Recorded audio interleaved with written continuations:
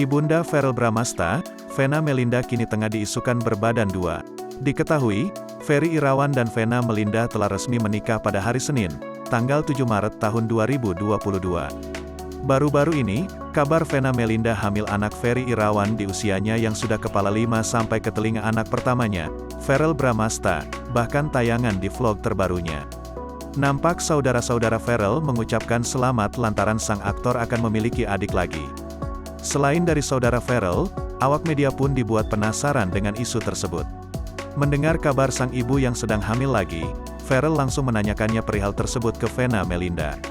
Momen itu terlihat saat Vena Melinda datang ke acara syukuran rumah baru Verrell Bramasta belum lama ini. "Ma, sekarang aku mau nanya benar nggak katanya mama udah hamil sebulan?" "Itu wartawan ada yang nanya aku soalnya," tanya Verrell Bramasta. "Katanya hamil, beneran nggak?" tegas Verrell Bramasta.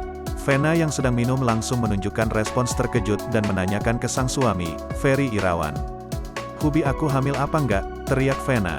Artis 50 tahun itu kemudian membeberkan harapannya untuk bisa hamil di usianya yang sudah tak muda lagi. Verrell pun masih penasaran apakah mamanya beneran hamil atau tidak. Vena kemudian menjawab kalau dirinya kini belum hamil seperti yang diberitakan di luaran sana.